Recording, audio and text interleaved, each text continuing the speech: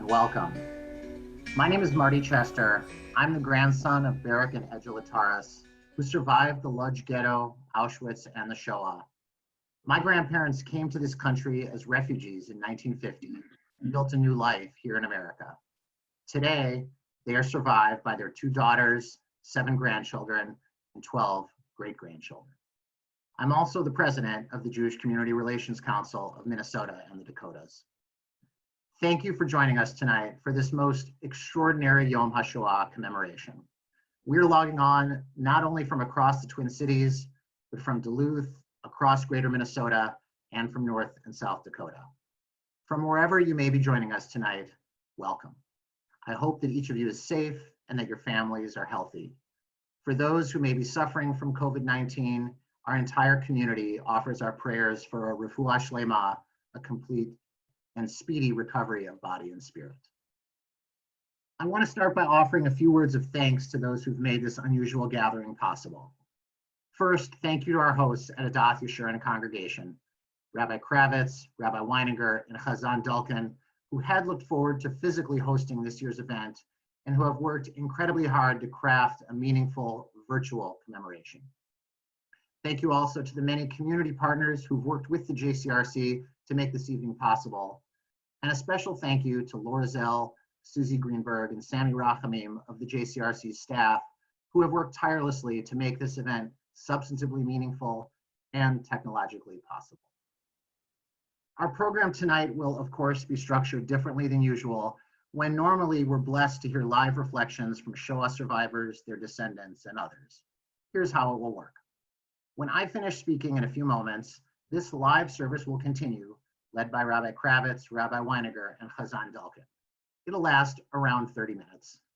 The live portion of our service will then conclude. We then encourage you to watch the recorded reflections from these members of our community who survived the Shoah, whose parents survived or liberated camps, and others. Thank you to survivors Dora Zeidenweber and Reva Keyboard for sharing your testimony. Thank you to survivor descendants Helen Siegel and Alan Cooperman, and liberator descendant Mark Glotter for sharing your parents' stories.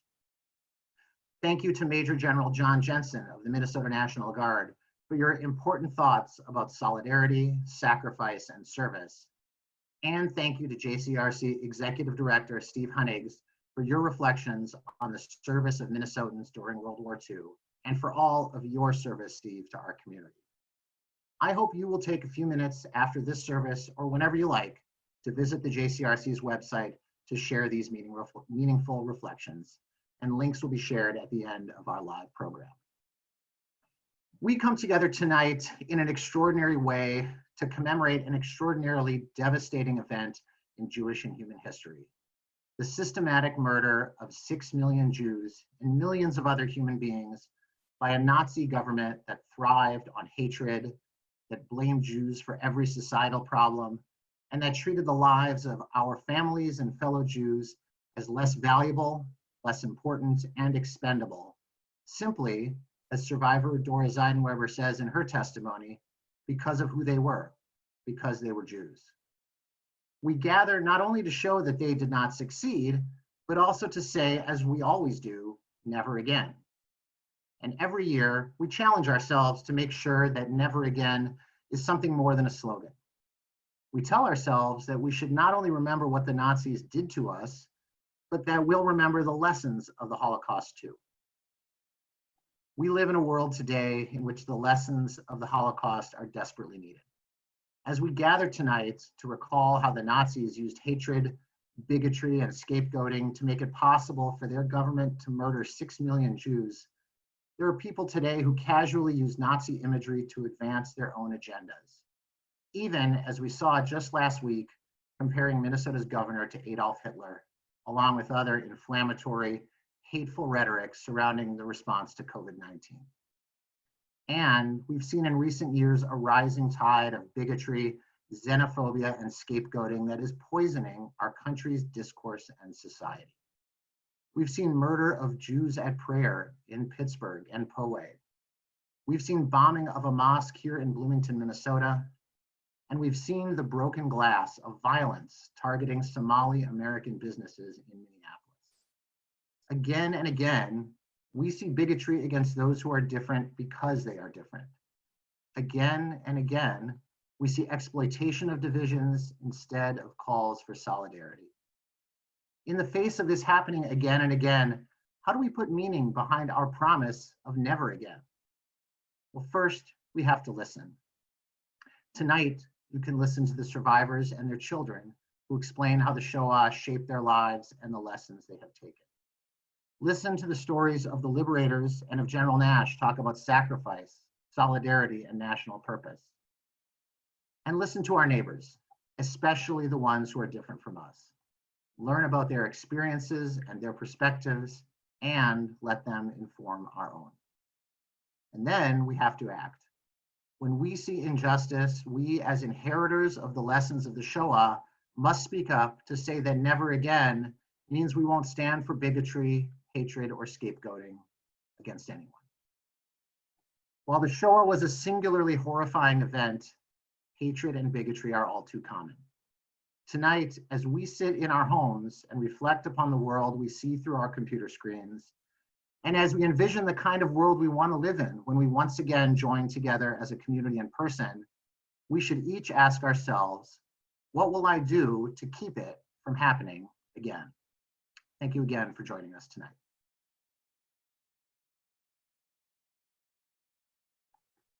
Thank you, Marty.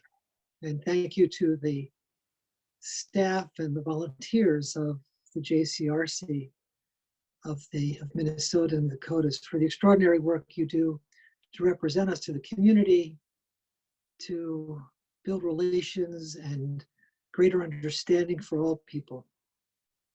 And also for the many years that JCRC has been responsible for putting this service together with their Holocaust committee that does such a superb job thinking about this.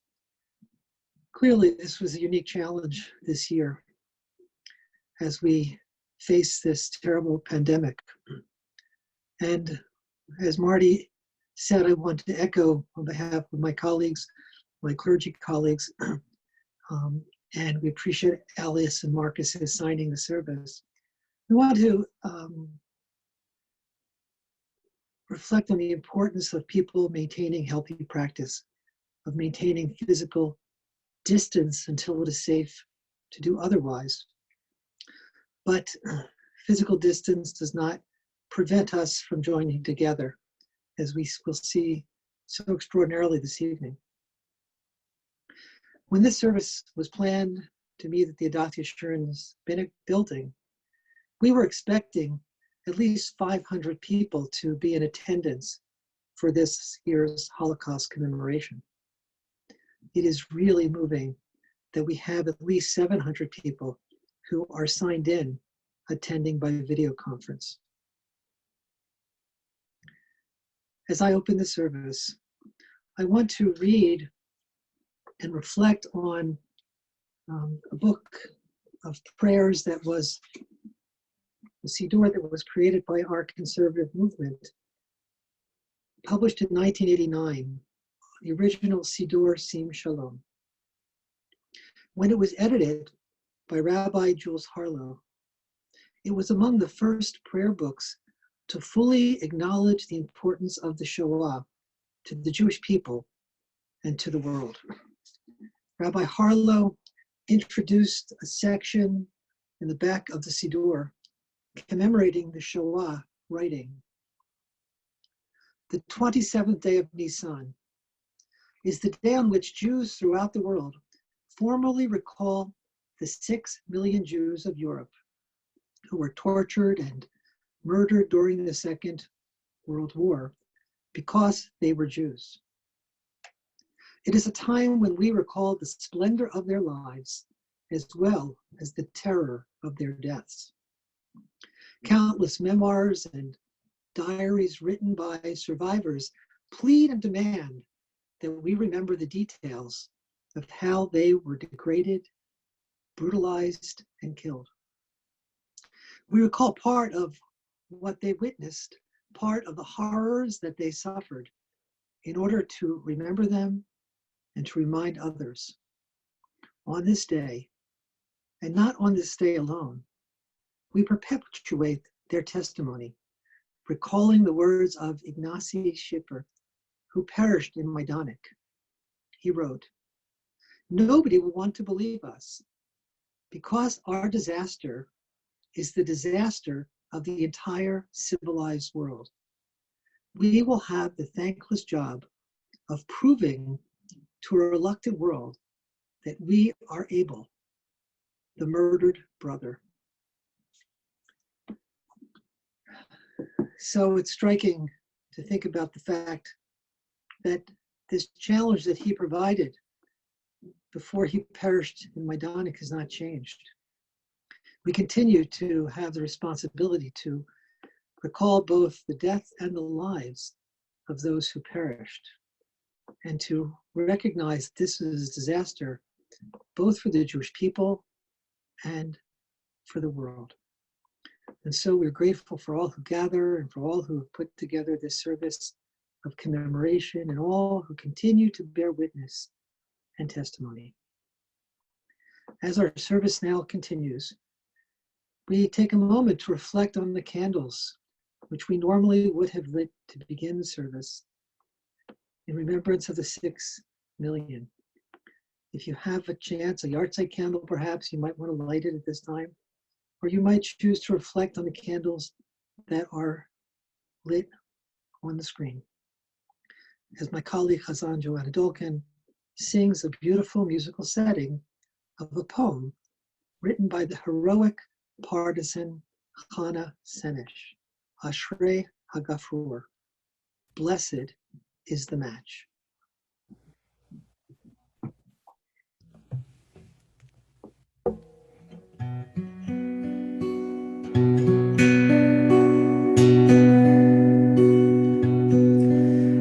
Ashrei Hagafrur shenisraf vehitzit vehavot. Ashrei alehava shebahara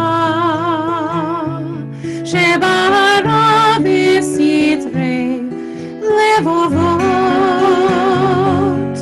Ashrei alevavot sheyadu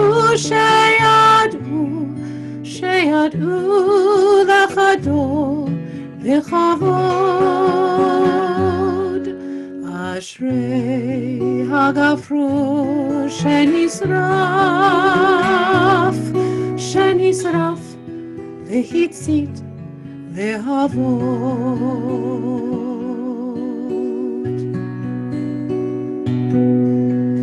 Blessed is the match consumed in a kindling flame.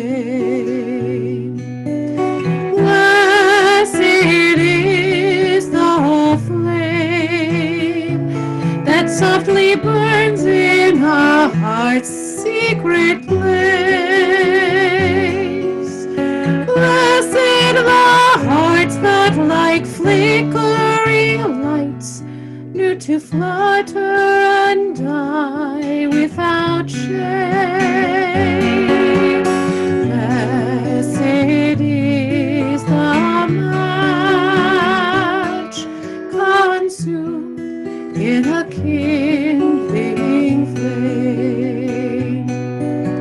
Shrei hagafrur shenisraf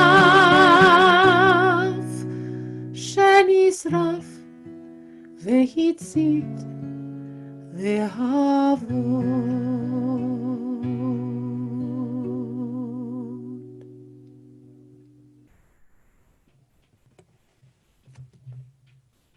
Earlier this month, I reflected with our Adath Yeshurun congregation about my Passover, specifically Seder. Thank you to JCRC for inviting me to share some of those reflections this evening for our commemoration of Yom HaShoah. My family focused much of our Seder discussion on the story of my mother's family in Eastern Europe. My maternal grandfather, Leo Engel, was a Holocaust survivor, and I didn't know him or his story well. My maternal grandparents divorced in the 1950s, and my grandfather moved from New York and spent most of his life in Southern California. I met him once when I was 11 years old. But my maternal grandfather's brother, Yosef, my great uncle, and his wife, Bella, played an active role in my mother's upbringing.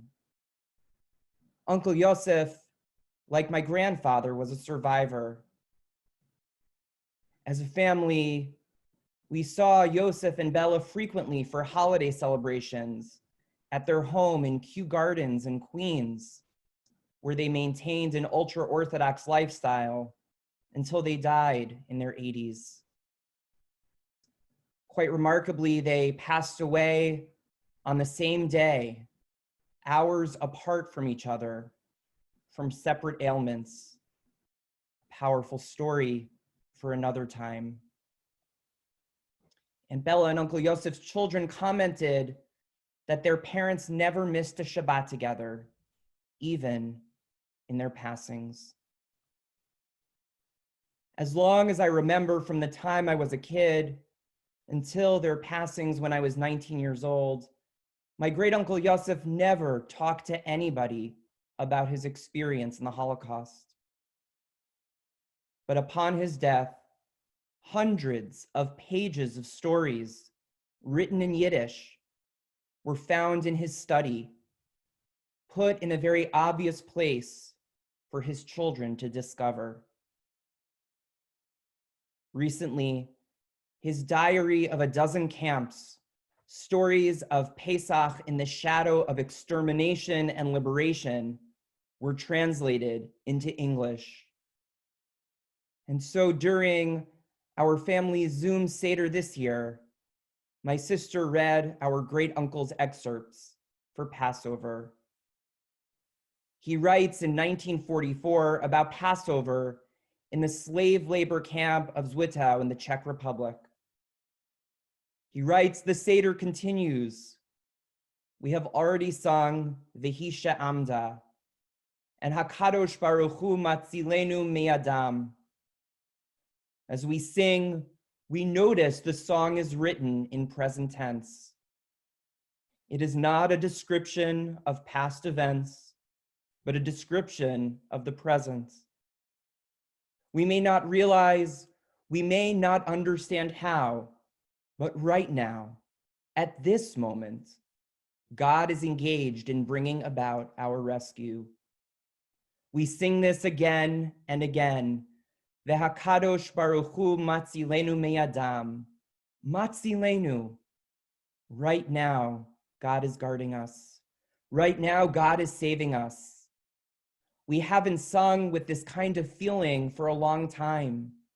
A year, maybe 2 years, 3, or even 5. It was back in those days in the courtyard of the Rebbe on Shabbos HaGadol, the Shabbat before Pesach. It was exactly the same nigun, the same wordless melody.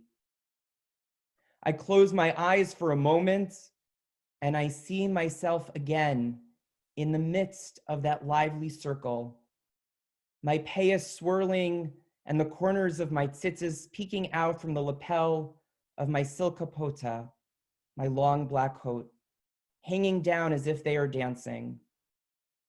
If they had left me there, who knows how long I would have remained in that waking dream. But the hour gets late. In a short while, it will be time to go out to work. And the weakness begins to overpower us, since we are not eating chametz and there is no matzah in the camp. We fulfill Shulchan Orech, the meal, with a raw carrot and potatoes in their skin, which we acquired with tremendous difficulty. We conclude the Haggadah and sing Hashana Hazot B'Yerushalayim, because if not this year, we definitely will not make it there for next year. My Uncle Yosef's words still ring true in these weeks after Seder, and certainly this evening for Yom HaShoah.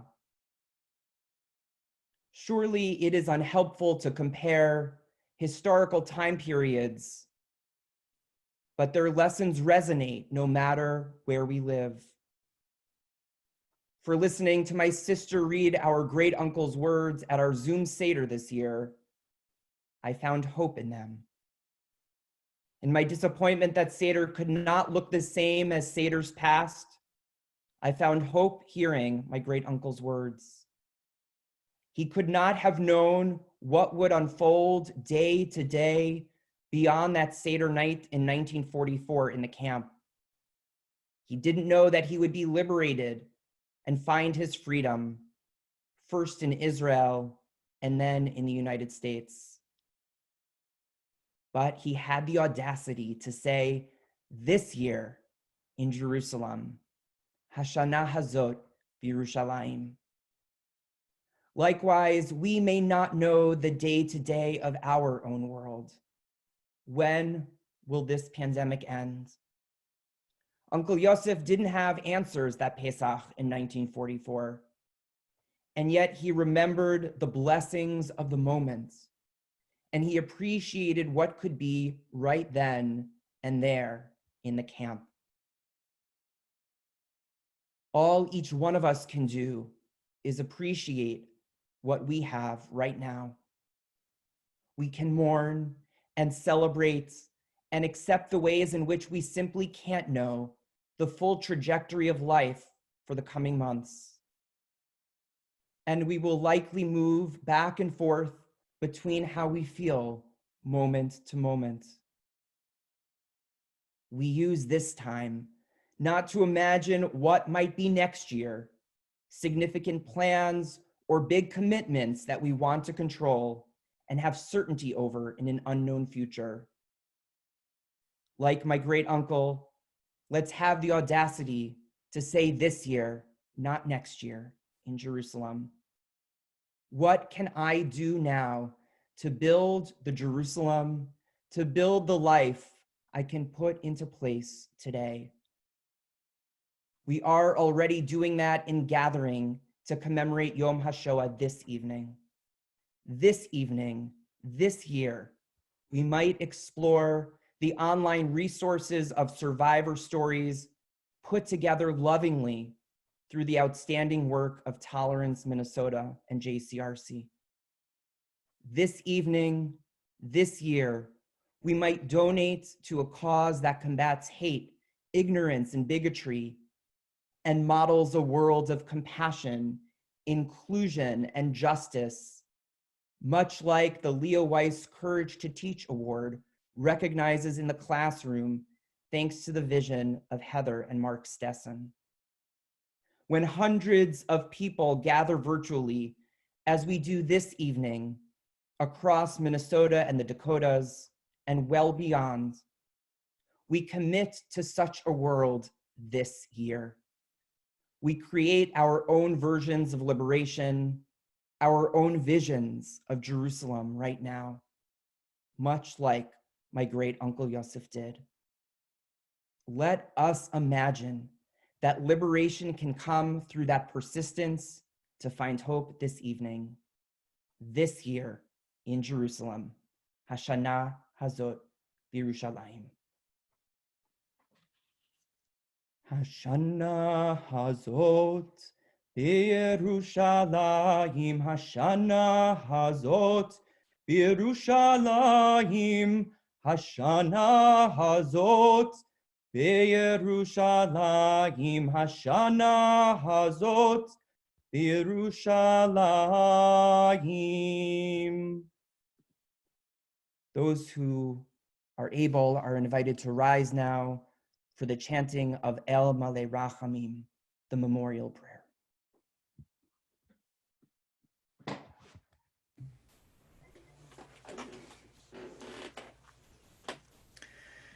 El Malei Rachamim שוכן במרומים, המצא מנוחה נכונה, תחת כנפי השכינה, במעלות קדושים וטהורים, כזו לרקיע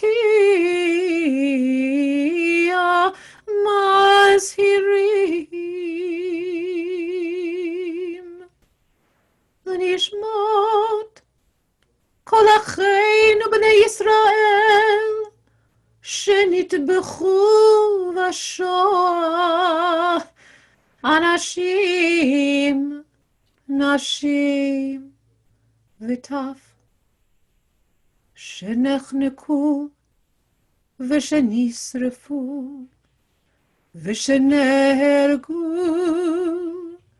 שמסרו את נפשם על קידוש השם בגן עדן, תהי מנוחתם. ענה בעל הרחמים, הסתירי מסתר כנפיך לעולמים, וצרור בצרור החיים את נשמותיהם. אדוני הוא נחלתם, וינוחו ושלום על משכבותיהם, ונאמר אמן.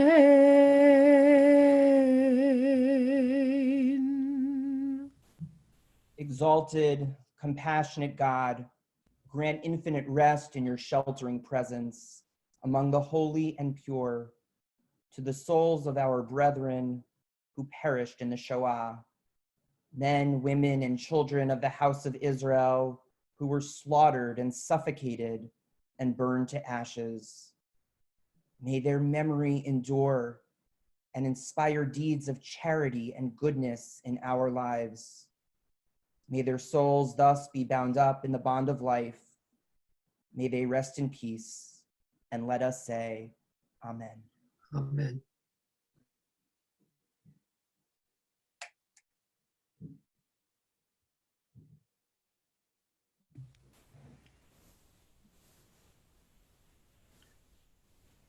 We now continue with the Martyrology Kaddish. יתגדל Auschwitz, ויתקדש Lodz, שמי רבה, Onar, בעלמא דברה חיותי, Babi Yar, וימליך מלכותי, Medanek, בחייכון וביומכון, Birkenau, ובחיי דכל בית ישראל, Kovno, בעגלה ובזמן קריב, Benauska. ואמרו אמן. Amen. יהי Engage רבה מברך לעלם ולעלמי עלמיה, יתברך וישתבח, Theresienstadt, ויתפאר ויתרומם, Buchenwald, ויתנשא ויתהדר, Treblinka, ויתעלה ויתחלל, Vilna, שמי דקודשה בריחו, Bergen-Belsen, לעילה, Mauthausen, מן כל ברכתה ושירתה, Dachau, תושבחתה ונחמתה, Minsk, דאמירן בעלמא, ואמרו אמן. Warsaw, יהי שלמה רבה מן שמיה, וחיים, עלינו ועל כל ישראל ואמרו אמן.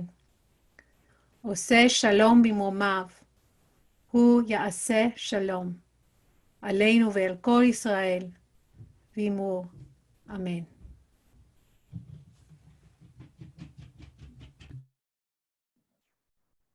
We turn now to the Holocaust Survivor Descendants Pledge and invite those who are able, the descendants, to rise at this time. We dedicate this pledge to our parents and to all who suffered and survived, to our families who perished in the flames. We take this oath, we vow, we shall never let the sacred memory of the perished 6 million be scorned or erased. We take this oath, vision becomes word, to be handed down from father to son, from mother to daughter, from generation to generation.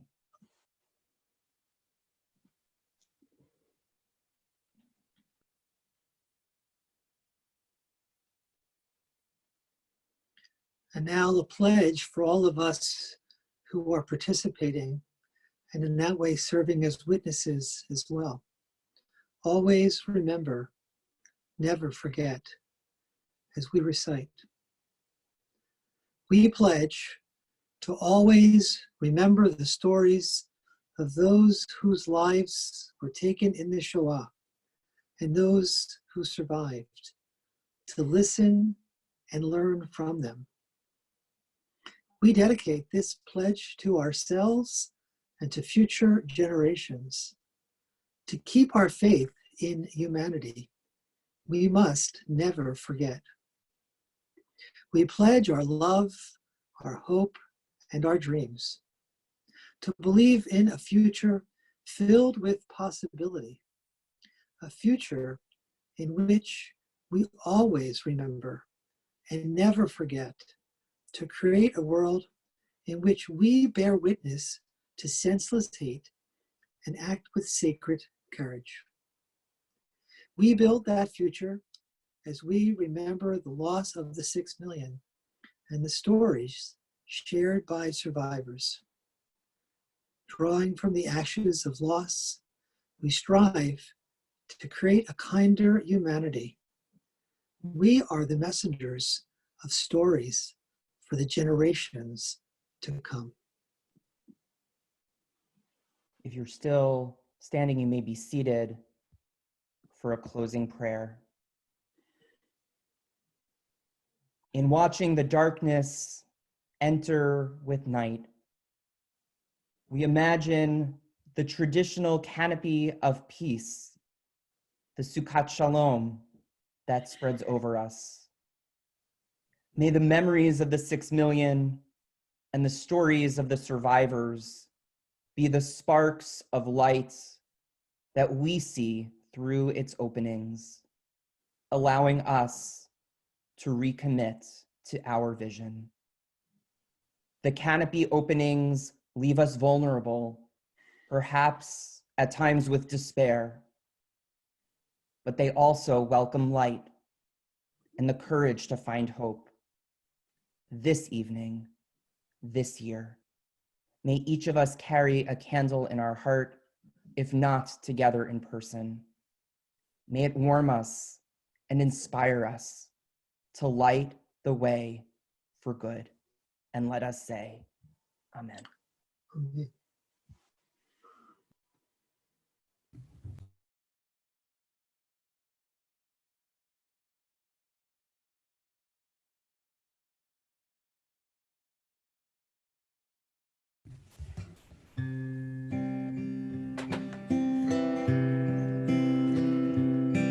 A patriotic song that's bilingual. While the storm clouds gather far across the sea, let us swear allegiance to a land that's free. Let us all be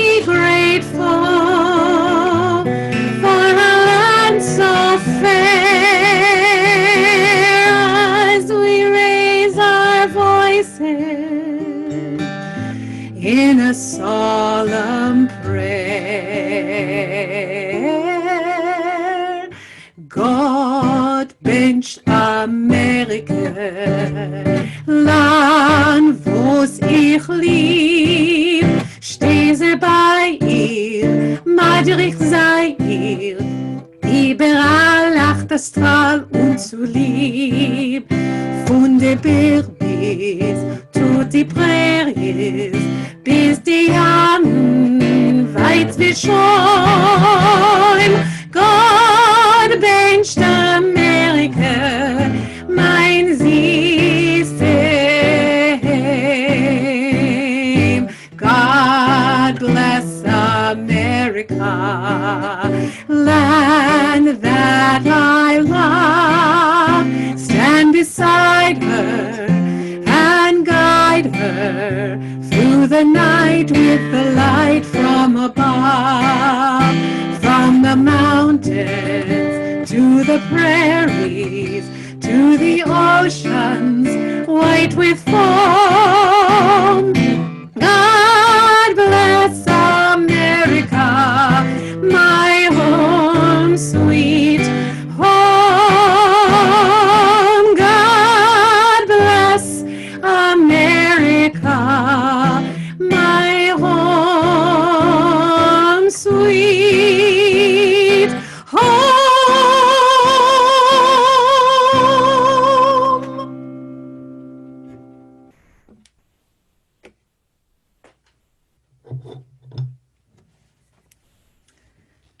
And now let us join